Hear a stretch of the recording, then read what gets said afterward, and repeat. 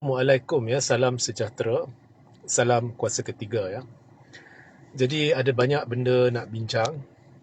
Saya dah buat satu rungkaian ya berkenaan dengan keputusan PRN Negeri Sembilan sebagai analisa awal, dan saya rasa berhenti takat itu je lah berkenaan dengan analisa tersebut. Jadi anda boleh rujuk di YouTube Regi J. Siri Ta'udin, di mana saya telah gariskan 3 perkara utama daripada PRN tersebut yang tidak dapat dinafikan. Okey.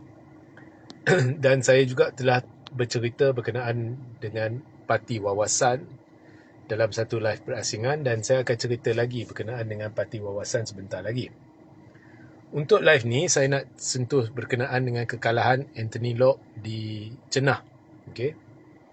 Now, jika anda masih ingat pada awal nak menghala ke PRN Negeri Sembilan, saya beritahu bahawa kedudukan Anthony Loke di Cenah tidak begitu stabil, dan namun saya menyuarakan harapan agar Anthony Loke kekal ya di Cenah, walaupun saya menyokong secara menyokong UMNO, tapi saya beritahu untuk ya kestabilan kerajaan perpaduan, jadi Anthony Loke perlu kekal di Cenah. Namun keputusan menunjukkan Anthony Loke telah kalah di Cenah, dan kekalahan dia agak besar juga. Okay. Now, implikasinya amat besar, sebab Anthony Loke bukan sebarangan pemimpin, tetapi dia adalah ketua DAP, atau dalam DAP ketua dia ialah Setiausaha Agung. Ya, so dia adalah Setiausaha Agung DAP. Jadi ini jadi orang tanyalah pada bacaan saya, apakah natijahnya lah kekalahan Anthony Loke.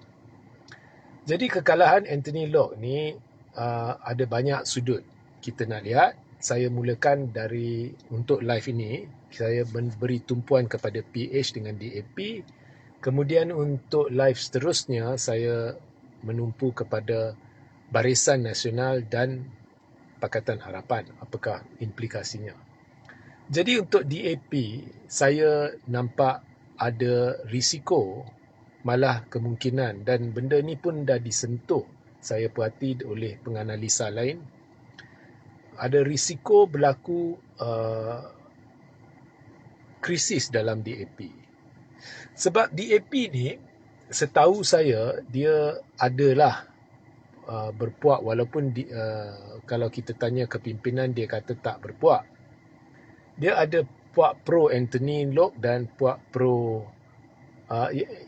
yang tidak memihak kepada Anthony Loke. Puak pro Anthony Loke buat masa ni adalah yang utama, yang majoriti. Tapi puak yang tidak memihak kepada Anthony Loke, dia kecil, tetapi dia lebih pro kepada Lim Guan Eng dan watak-watak lain seperti Tony Pua dan sebagainya. Itu pemahaman saya lah. Okey. So mereka kecil, mereka tidak mendominasi DAP. Dominasi DAP ialah puak Anthony Loke. Tetapi bila ketua DAP atau Setiausaha Agung DAP kalah di kerusi dia sendiri dalam pilihan raya, maka akan timbullah persoalan kesesuaian dia sebagai ketua DAP, sedangkan dia tidak boleh mempertahankan kerusi sendiri. Nah, ini tidak boleh dielakkan. So risikonya, ini bukan satu kepastian, tapi risikonya ialah jika puak anti Anthony Loke atau pro Lim Guan Eng dan sebagainya menjadi lebih kuat dalam DAP. So ini boleh menjurus kepada satu krisis kepimpinan dalam DAP. Now, dalam DAP ni, bila Anthony Loke ambil alih tampuk kepimpinan, dia mengubah strategi DAP dan hala tuju DAP, menyebabkan saya sendiri macam tidak ada masalah dengan DAP. Sebab walaupun ya dalam politik dimainkan oleh persekitaran pembangkang DAP macam ni macam tu, tapi itu semua putar belit. Ya, itu semuanya putar belit.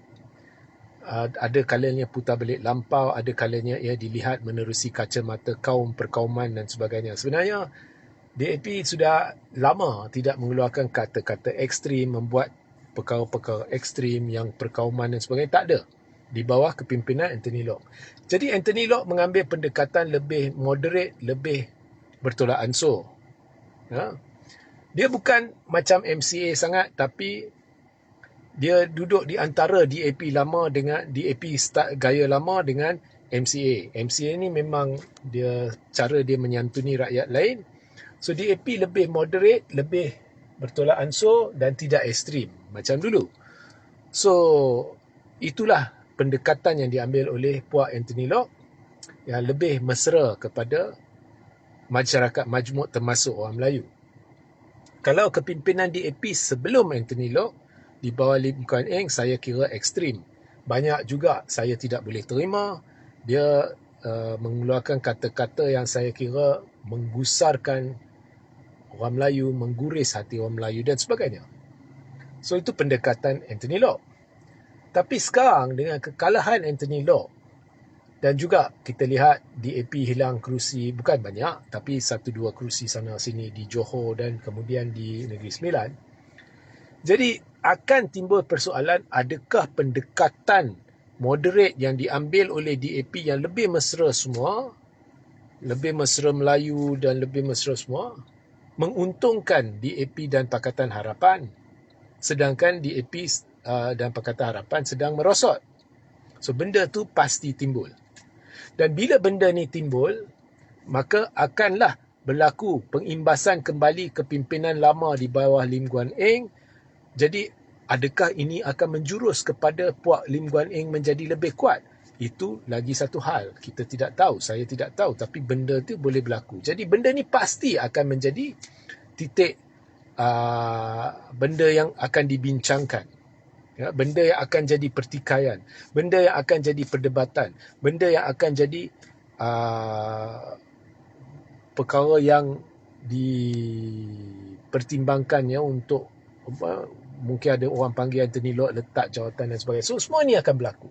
Ya, orang akan menilai, membezakan di bawah cara lama DAP apakah impaknya terhadap sokongan Melayu dan bukan Melayu. Di bawah cara baru DAP, di bawah Anthony Locke, apakah impaknya terhadap sokongan bukan Melayu dan Melayu. Dan satu perkara yang pasti akan menjadi pertimbangan ialah, kalau DAP dah nyata tidak boleh dapat sokongan Melayu dengan sendirinya, jadi lebih baik tumpu kepada sokongan bukan Melayu. Dan jika DAP nak tumpu kepada sokongan bukan Melayu, adakah DAP perlu kembali kepada cara lama di masa zaman Lim Guan Eng, ataupun adakah DAP perlu kekal dengan pendekatan baru di bawah Anthony Locke? So benda ni pasti akan jadi perdebatan. Pasti pada saya lah. Ya. Now, namun DAP juga akan mempertimbangkan bahawa sebenarnya sebab DAP tidak boleh tarik orang Melayu adalah kerana UMNO telah memasuki persefahaman dengan PAS. So situasi dia berbeza sedikit dengan kalau UMNO kekal dengan kerajaan perpaduan. So semua tu akan dipertimbangkan. Okay. So impak dia besar.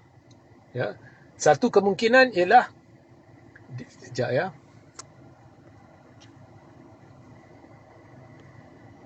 Satu kemungkinan ialah DAP akan keluar kerajaan. Mungkin dia rasa dia tidak sehaluan dengan cara pentadbiran kerajaan, maka dia perlu keluar kerajaan untuk mungkin kritik kerajaan. Bukan tarik sokongan terhadap kerajaan, beza ya. Keluar kerajaan dengan tarik sokongan beza. Tarik sokongan maksudnya DAP musuhlah dengan Anwar. Tak ada. Keluar kerajaan maksudnya dia tidak peganglah jawatan menteri dan sebagainya, supaya jika ada benda yang dia tidak setuju dan dia kritik, ada asas lah. Kalau DAP duduk dalam kerajaan, ada benda dia tidak setuju, dia kritik, tak ada asas lah. Orang akan kata kamu sendiri duduk dalam kerajaan. Seperti yang dilakukan oleh Rafizi dulu. So benda ni Semuanya akan dipertimbangkan. Tetapi kedudukan Anthony Locke sebagai Setiausaha Agong ni sekarang akan menjadi pertikaian. Ini jangkaan saya. Baik, sebentar lagi saya buat live. Kita lihat pula impak apa yang telah berlaku di Negeri Sembilan kepada hubungan Pakatan Harapan dan Barisan Nasional. Okey, sehingga kita berjumpa nanti. Assalamualaikum, salam sejahtera, salam kuasa ketiga.